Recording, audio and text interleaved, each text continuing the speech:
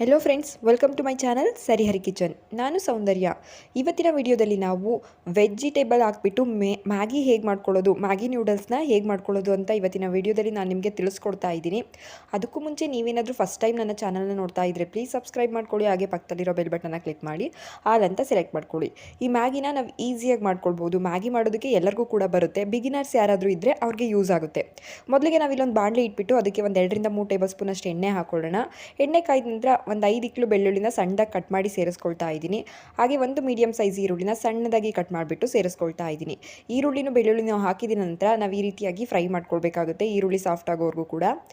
ನಂತರ ನಾನಿಲ್ಲಿ beans, carrot ಹಾಗೆ ಕ್ಯಾಪ್ಸಿಕಮ್ನ ಸೇರಿಸ್ಕೊಳ್ತಾ ಇದ್ದೀನಿ. ಇದಿಷ್ಟನ್ನು ಹಾಕಿಬಿಟ್ಟು ಫ್ರೈ ಮಾಡ್ಕೊಳ್ಬೇಕಾಗುತ್ತೆ. ಹಾಗೆ ಒಂದು ಮೀಡಿಯಮ್ ಸೈಜ್ದು ಟೊಮೊಟೊನೂ ಕೂಡ ಸಣ್ಣದಾಗಿ ಹೆಚ್ಚಿಬಿಟ್ಟು ಸೇರಿಸ್ಕೊಳ್ತಾ ಇದ್ದೀನಿ. ಇದಿಷ್ಟನ್ನು ಹಾಕಿಬಿಟ್ಟು ಚೆನ್ನಾಗಿ ಫ್ರೈ ಮಾಡ್ಕೊಳ್ಳೋಣ.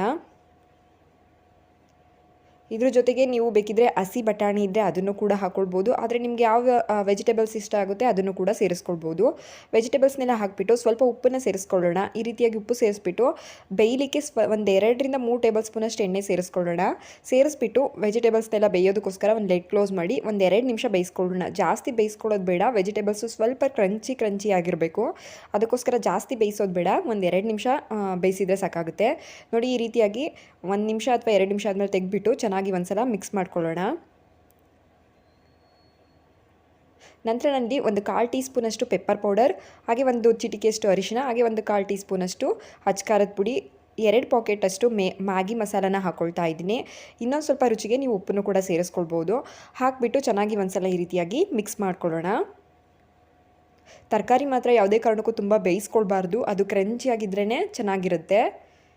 ನೋಡಿ, ಈ ರೀತಿಯಾಗಿ ಒಂದ್ಸಲ ಚೆನ್ನಾಗಿ ಮಿಕ್ಸ್ ಮಾಡ್ಕೊಂಡ ನಂತರ ನಾನಿಲ್ಲಿ 1 ಟೇಬಲ್ ಸ್ಪೂನಷ್ಟು ಟೊಮೊಟೊ ಕೆಚಪ್ನ ಸೇರಿಸ್ಕೊಳ್ತಾ ಇದ್ದೀನಿ.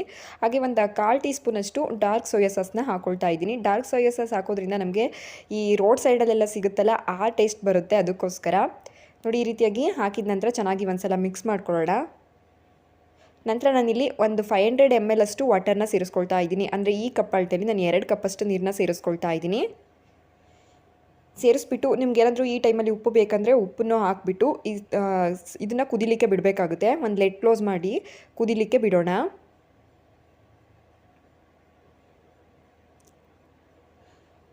ನೋಡಿ, ಇವಾಗ ಚೆನ್ನಾಗಿ ಕುದೀತಾ ಇದೆ. ಈ ಟೈಮಲ್ಲಿ ನಾವು ಇದಕ್ಕೆ ಮ್ಯಾಗಿ ನೂಡಲ್ಸ್ನ ಸೇರಿಸ್ಕೊಳ್ಬೇಕಾಗುತ್ತೆ. ನಾನಿಲ್ಲಿ ಒಂದು 2.5 ಅಷ್ಟು ನೂಡಲ್ಸ್ನ ಸೇರಿಸ್ಕೊಳ್ತಾ ಇದ್ದೀನಿ. ತುಂಬ ಈಸಿಯಾಗಿ ಬೇಗನೆ ರೆಡಿಯಾಗಿಬಿಡುತ್ತೆ, ಹಾಗೆ ಅಷ್ಟೇ ಟೇಸ್ಟಿಯಾಗಿ ಕೂಡ ಇರುತ್ತೆ. ಮಕ್ಕಳು ತಿನ್ನುವಾಗ ಈ ರೀತಿಯಾಗಿ ವೆಜಿಟೇಬಲ್ಸ್ ಹಾಕಿ ಮಾಡಿಕೊಟ್ರೆ ಮ್ಯಾಗಿ ಜೊತೆಗೆ ವೆಜಿಟೇಬಲ್ಸ್ ಕೂಡ ತಿಂತಾರೆ. ನೋಡಿ, ಈ ರೀತಿಯಾಗಿ ಒಂದ್ಸಲ ಮಿಕ್ಸ್ ಮಾಡಿಬಿಟ್ಟು ಮತ್ತೆ ಲೆಡ್ ಕ್ಲೋಸ್ ಮಾಡಿ ಒಂದು 2 to 3 ಮಿನಿಟ್ಸ್ ಬೇಯಿಸ್ಕೊಳ್ಬೇಕಾಗುತ್ತೆ. ನೋಡಿ, ಒಂದು 2 to 3 ಮಿನಿಟ್ಸ್ ಆದಮೇಲೆ ಇನ್ನೂ ಸ್ವಲ್ಪ ನೀರಿದೆ. ಇನ್ನೊಂದ್ಸಲ ಮಿಕ್ಸ್ ಮಾಡಿಬಿಟ್ಟು ನಾನು ಇನ್ನೊಂದು 2 ನಿಮಿಷ ಬೇಯಿಸ್ಕೊಳ್ತೀನಿ.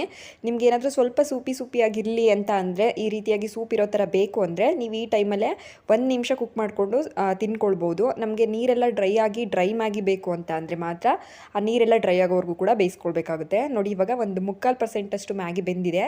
ಮತ್ತೆ ನಾನು ಲೆಡ್ ಕ್ಲೋಸ್ ಮಾಡಿ ಇನ್ನೊಂದು 2 ನಿಮಿಷ ಬೇಯಿಸ್ಕೊಳ್ತಾ ಇದ್ದೀನಿ.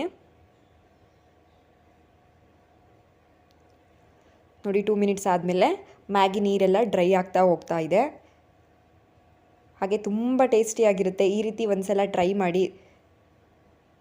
ನೋಡಿದ್ರಲ್ಲ, ಈ ಮ್ಯಾಗಿ ರೆಸಿಪಿ ನಿಮ್ಮೆಲ್ಲರಿಗೂ ಇಷ್ಟ ಆಗಿದೆ ಅಂದ್ಕೊಳ್ತೀನಿ. ಇಷ್ಟ ಆಗಿದ್ದರೆ ಲೈಕ್, ಶೇರ್, ಕಮೆಂಟ್ ಮಾಡೋದನ್ನ ಮರಿಬೇಡಿ. ಹಾಗೆ ಫಸ್ಟ್ ಟೈಮ್ ಯಾರಾದರೂ ನನ್ನ ಚಾನಲ್ನ ನೋಡ್ತಾ ಇದ್ದರೆ ಪ್ಲೀಸ್ ಸಬ್ಸ್ಕ್ರೈಬ್ ಮಾಡ್ಕೊಳ್ಳಿ.